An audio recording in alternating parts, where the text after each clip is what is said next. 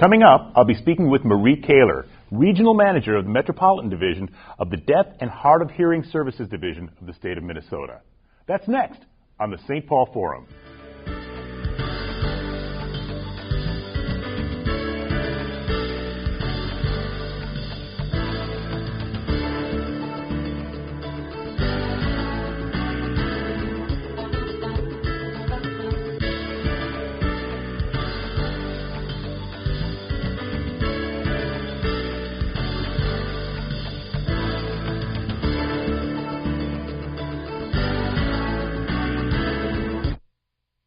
Welcome to the St. Paul Forum. I'm John Forde.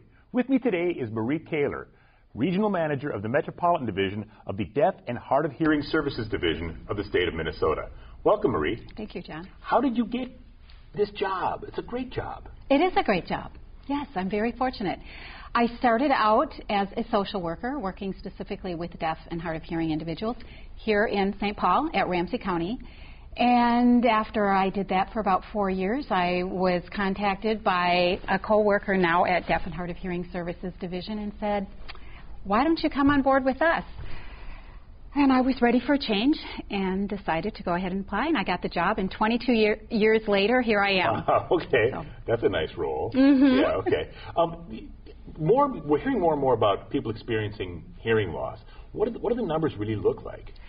The numbers are growing, unfortunately. Right now, they're saying that at least 1 out of 10 individuals has a hearing loss. So obviously, most of us in all walks of life know someone with a hearing loss, whether it be a family member, a coworker, a neighbor, a relative, or friend.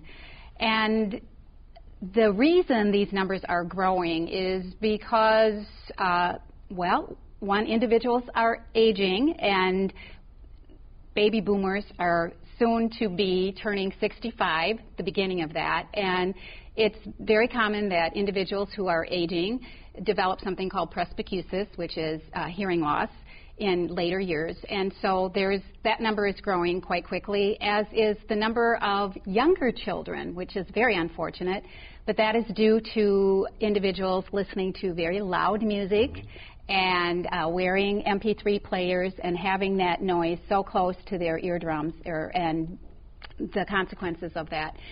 If you've ever pulled up next to someone in a car and you hear that bass playing in their car, I usually look at them and go, they're a future client. Yeah.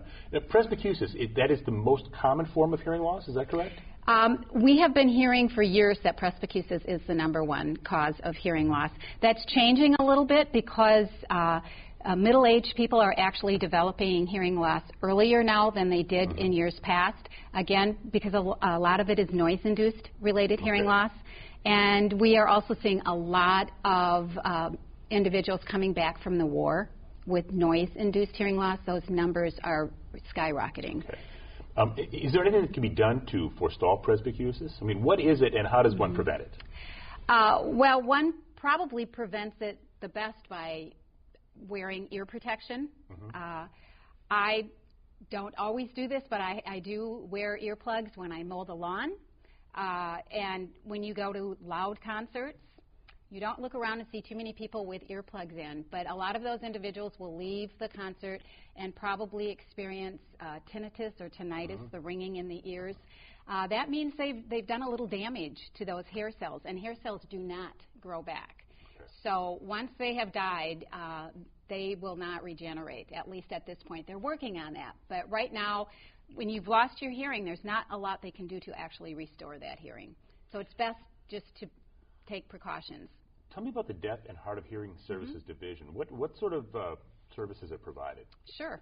Well, as you mentioned at the beginning of the program, we are a program of the Minnesota Department of Human Services. So we are a state agency, and we serve individuals of all degrees of hearing loss, from mild, moderate, to severe, profound, and all age groups as well.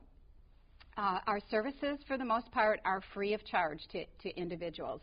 We work with deaf, hard of hearing, deaf-blind, and late deafened individuals, as well as their family members, employers who might hire someone with a hearing loss, interested individuals.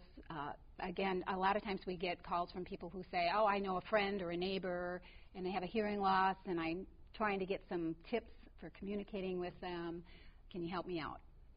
And now when you work with people around the hearing loss, the family members and things like that, are these coping strategies? How would you describe them?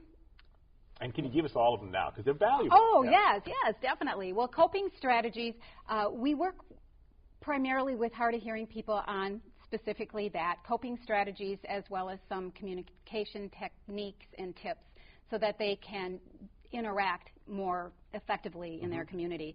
And one of the best tips that I can give to a viewer who might have a hearing loss is to say that it's really important and okay to tell the person that you're with that you have a hearing loss. So often people try to cover that up, and they don't want to admit that they have the loss, so instead they're either asking people to repeat quite frequently or they're feigning understanding, and oftentimes that can get them into trouble. So one of the things is just to be honest about it, and when you're with a person who has a hearing loss, what you can do to help communicate and facilitate communication is, first of all, check your environment. If the TV is on or the radio is on, turn those things off, because otherwise you have competing noise. Get rid of the background noise if at all possible. Check for lighting. You want to be in good lighting, because individuals who are hard of hearing or deaf oftentimes rely on speech reading and looking at facial expressions, so they're going to want to look at you and be able to see effectively. Also, it's important to get their attention. Make sure they're looking at you. Have eye contact and maintain that eye contact. So often we see couples that come into the office and, perhaps the wife is hearing and the husband is hard of hearing, and he's complaining about the wife, that she mumbles, and the wife is complaining that, no, it's him, he can't hear. And you oftentimes will say to the wife, when he's in the living room, do you happen to talk to him while you're in the kitchen? And the answer is oftentimes yes. Well, one of the suggestions is to make sure you're in the same room as the person, because obviously it's pretty challenging to hear through walls when you have a hearing loss. Yeah. And so those are some of the basic things. Make sure that you're not chewing gum or covering your face, because, again, if they're relying on those lip movements. Rephrase. Oftentimes people will keep repeating the same phrase over and over and just get frustrated and maybe yell louder when it might be better just to say, I asked you for a quarter, and if they're not getting that, I asked you for 25 cents. That helps a lot, And again, if you're soft-spoken, you might want to raise your voice a little bit. If you pay attention to enunciating, but not over-enunciating, because then you're distorting your lip movements. So pretty common sense things. But if you look around and watch people interact, they're not doing they it. don't do it. They probably almost need to be reinforced. I'm sure the eye contact thing with couples that have been married 20, 30 years, it's like, look each other in the eye again. You'll do better. You will. Exactly. Okay. What sort of services do you provide for children? Well, as I mentioned, we do serve all age groups. In particular for children, we have started what's called our Deaf Mentor Program, and that's where we will pair families who have a young child who's been recently diagnosed as deaf or having a significant hearing loss with a trained mentor, deaf person who's been trained to teach them not only sign language, but also to teach them about deaf culture. So they expose them about the culture, and they have them become aware of the language itself. And one of the requirements is that the mentor is not just working with the child, but the entire family. So together, everyone's learning American Sign Language so that family can communicate more effectively with one another. Tell me about deaf culture. It's an interesting phrase. What does it mean? Well, with deaf culture, you have, like other cultures from other groups of individuals, you have your values and your traditions and your language that you uphold, and deaf individuals value very strongly American Sign Language. American Sign Language is not just English on the hands. American Sign Language has its own syntax and grammar. It's a very visual form of communication, and for them, that is very, very important in their culture. Values, since at least years ago, deaf people were oftentimes very isolated in their communities. If they lived especially out in the country, they were by themselves, mainly with hearing people who couldn't communicate with them. So coming together as a group and forming relationships and social clubs and outings is really very important to them. And so they had to drive to someone's house just to even see if they were home because they couldn't pick up the phone and call. Mm-hmm. So they established deaf clubs. We have a deaf club here in St. Paul. It's called Thompson Hall, and it's on Fairview and Marshall in St. Paul, across from the Miriam Park Branch Library. And that is one of the values of the deaf community, is meeting at that deaf club. They're very known for having very introductions. They will go on and on as, are you deaf? And where are you totally deaf? Are you deaf of deaf, meaning do you have parents who are deaf? Mm-hmm. Did you go to a deaf school or were you mainstream? They're going to ask you all these questions, and then they're going to formulate who they know and if they know each other's friends, and oftentimes they do. And goodbyes can last 2 hours, you know? You can be standing there going, okay, I thought we were leaving 2 hours ago, and we're still here chatting. But that is very valued because so often they've been excluded from communicating with people who know their language. Yeah, and a little starved for some kind of communication, so when they get together, it really flows. Yes. The wonderful thing now, though, John, is that we have video phones that deaf people actually can call one another and not just type a message to one another as they had been doing on TTYs, the teletype machine, but they can actually call through a video phone similar to Skype. Yeah. So they are visually seeing the person with whom they're communicating, and they're using their native language. I would think that deaf communicators would be one of the driving forces of Skype.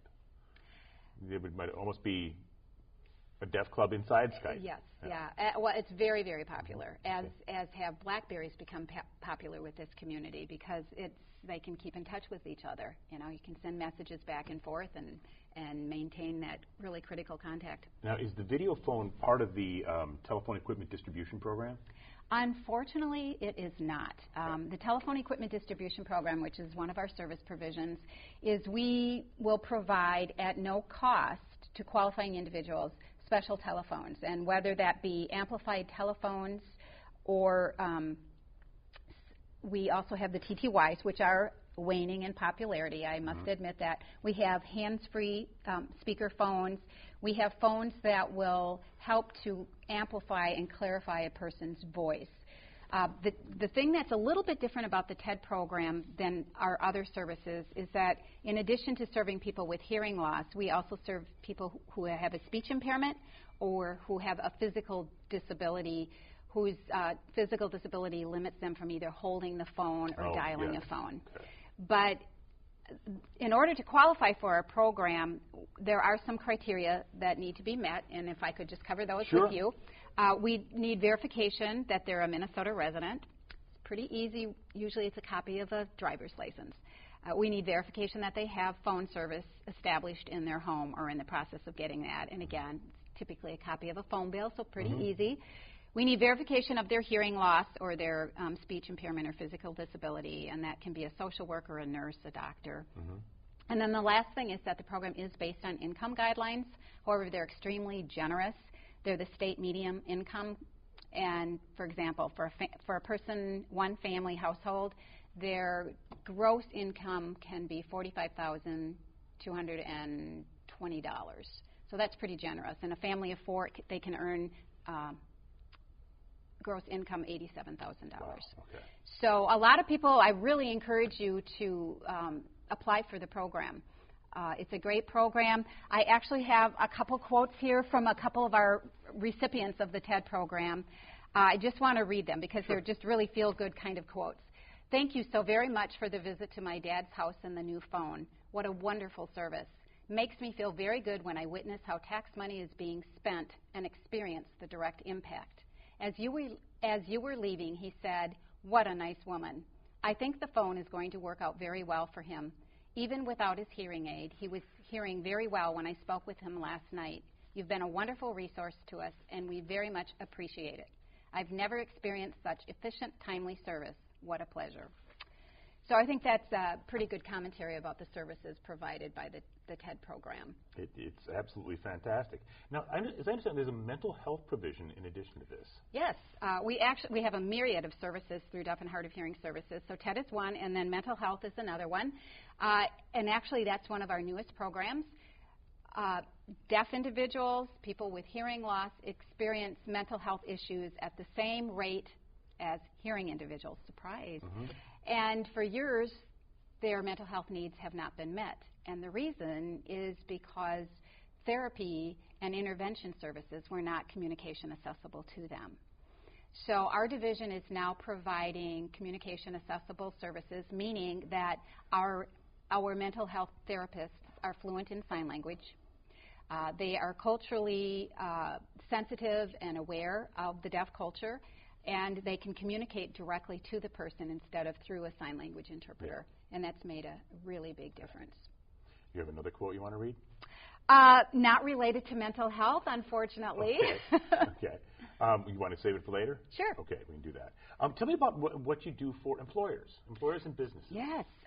We have what's called a Pathways to Employment program.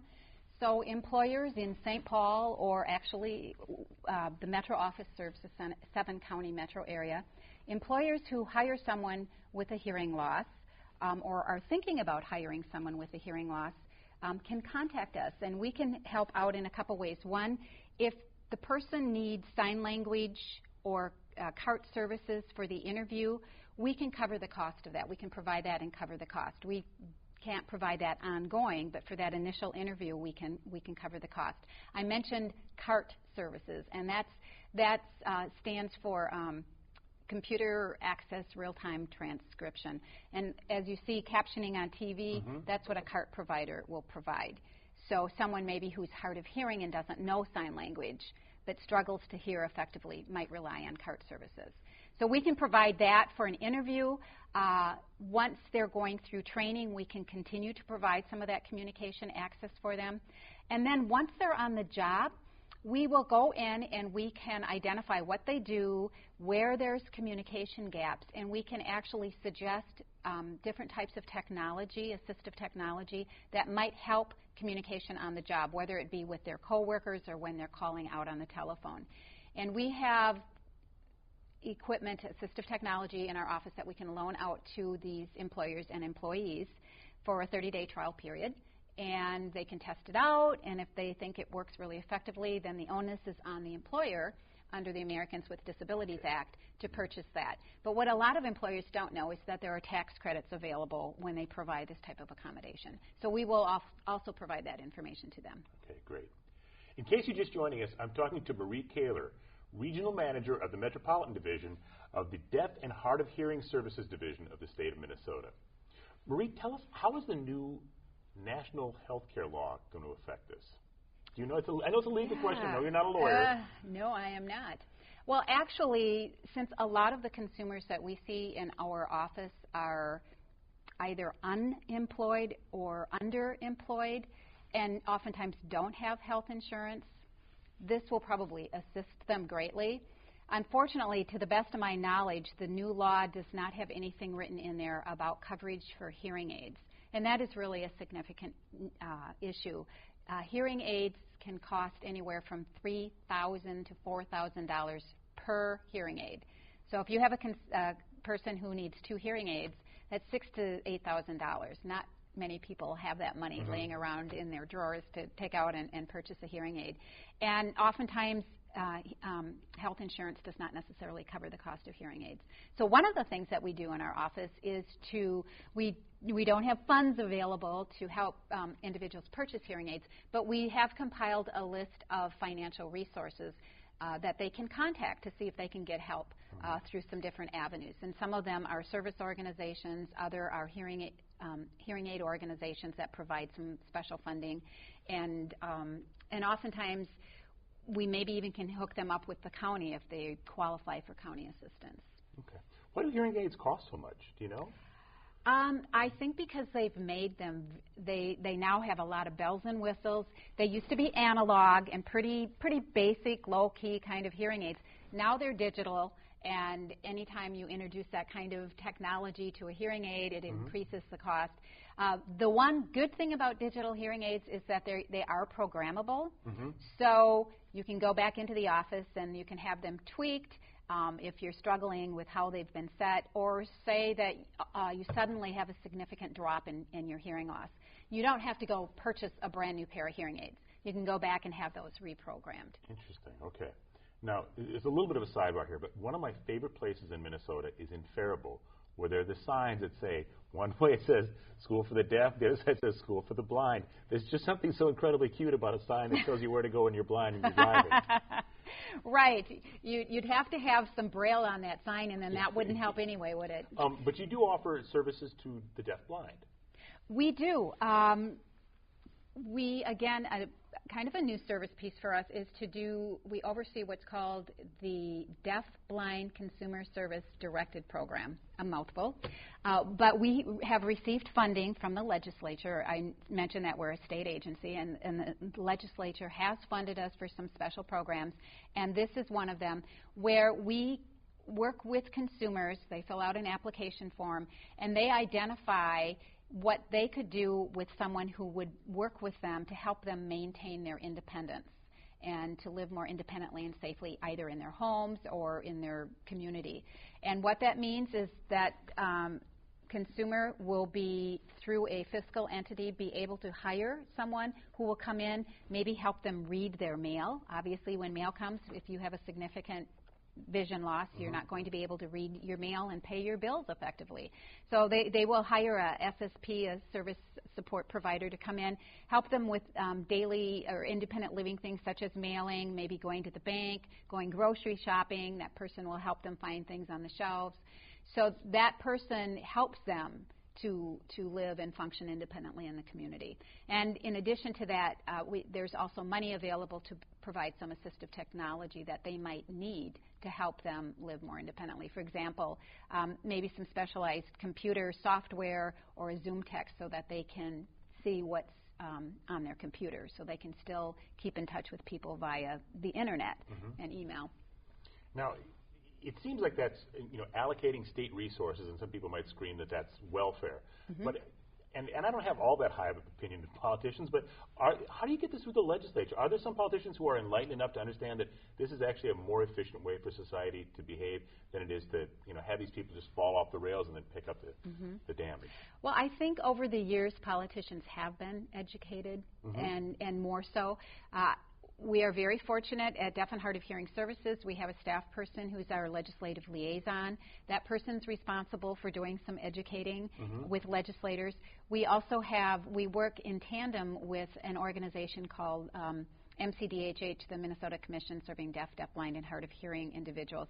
And That's a big scoop full of jargon. Right. Yeah. They do a lot of lobbying and proposing legislation on behalf and for individuals with hearing loss, so that they have equal access in their community and equal opportunities. And legislators are becoming more and more aware of issues related to hearing loss. Good. Because they probably have family members. Sure.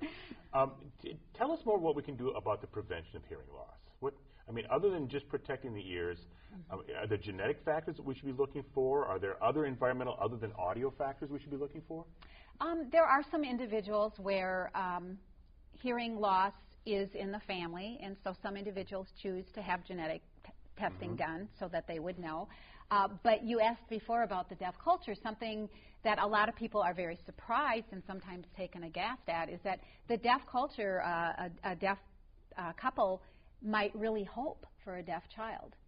So they're probably would only be interested in genetic testing if indeed they would look at it as good news if they said, oh, well, the likelihood of you having a deaf child is pretty significant.